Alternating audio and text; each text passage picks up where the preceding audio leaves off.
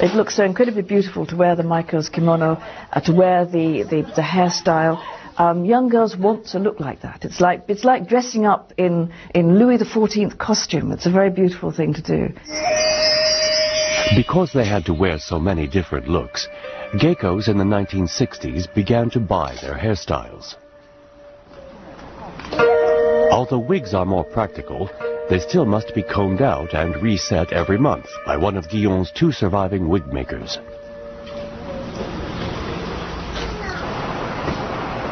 Mr. Imanichi has been making wigs for 34 years. It will take him several hours and cost Takako and Mamehiro more than $200 to repair each of their wigs. When a geiko wants a wig, Mr. Imanichi decides what shape will flatter her face. He can make a round face look thinner and a thin face fuller. Part of his job is to make her as beautiful as he can. Years ago, Japanese girls would sell their hair to earn money. Now wig makers use Chinese hair, plus yak's hair for volume. When Mr. Imanichi presents a new wig to customers, he uses his daughter as a model. Wigs are easier to maintain than ornate hairstyles, and they're gentler on the geikos. In the old days, the constant tugging sometimes made their hair fall out. Wigs also give the women more freedom. They can switch between the geiko world and the modern world just by doffing their hair. Geikos need at least 3 wigs. Each costs $5,000.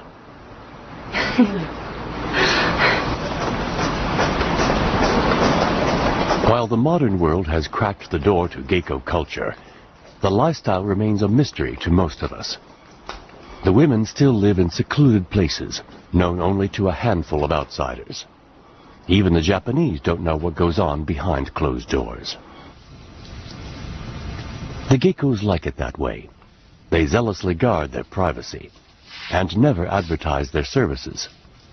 Theirs is a secret world with strict rules and taboos.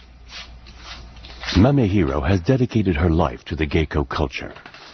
One day, she'd like to be the manager of an okiya.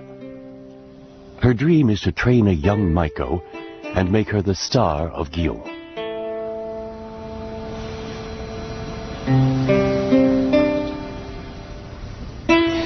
She'd also like to have a daughter, to take over the business when Mamehiro retires. For now, she remains married to the Ochaya. The life of the geiko permits few rivals for a woman's devotion. In the quest for perfection, nothing is used up faster than time.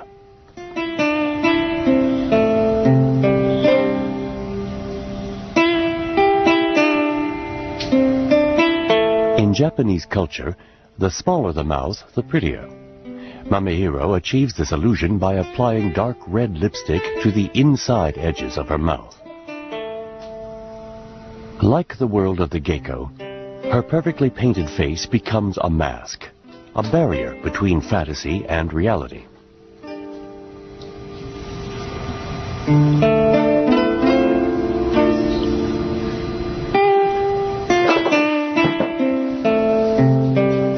Applying their makeup and fixing their hair requires so much time, the geikos turn to specialists to help them dress.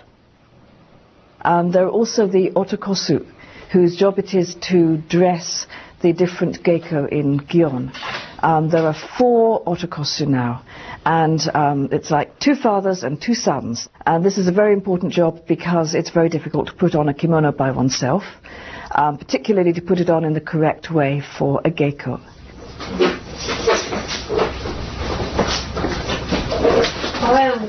When they dress, they put on the kimono, which covers the body from top to bottom, basically. It's a little bit looser than the way that a married woman would wear a kimono. It's the reverse of the Western way of revealing your body.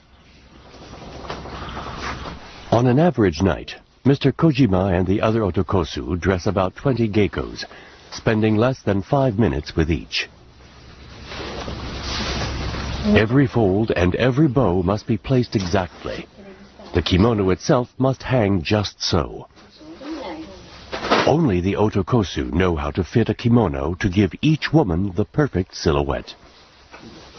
According to formal Japanese tradition, female curves mustn't be seen, so they're hidden under the kimono's folds and pads. These make a woman's figure look absolutely straight.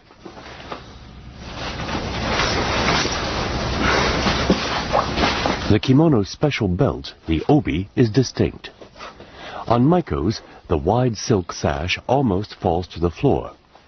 On geikos, it's tied in a bow.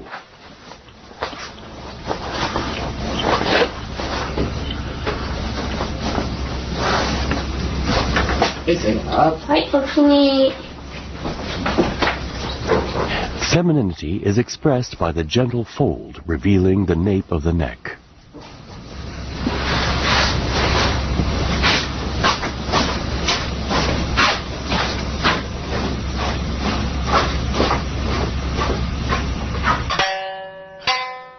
The word geisha comes from ge, meaning art, and sha, meaning person.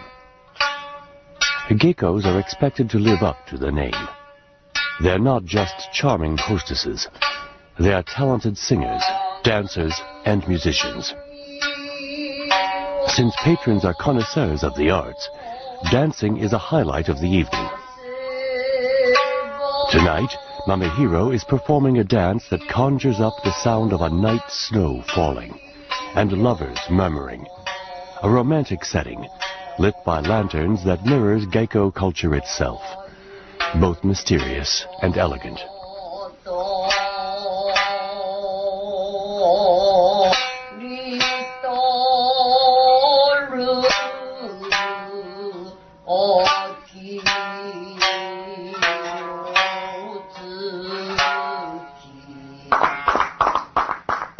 The Ozashiki ritual is always the same. After the meal and the dance, it's time for games.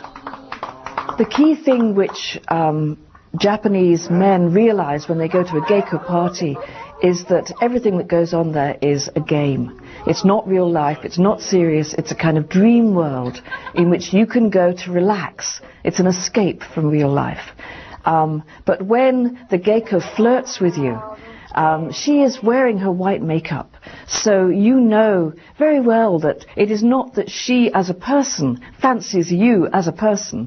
She is an actress, and you're playing a very, very fun game. This is great fun, but it's a game, and when you leave the Geiko world, it's finished. And as it happens, the Geiko parties usually involve some games. There are all kinds of games, often to do with alcohol. Many games in which the penalty is to have to finish your glass of sake.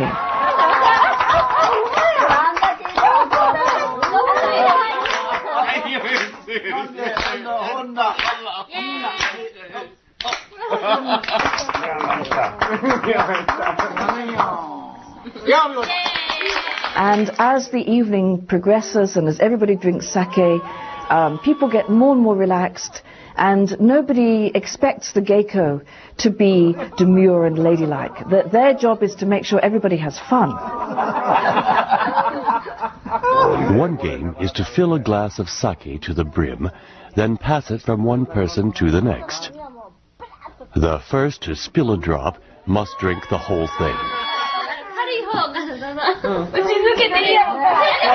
Mamehiro has warned her younger sister Koai that if she wants to be a Geiko, she has to learn to hold her liquor. Customers never drink alone. Geikos and maikos are expected to join the fun.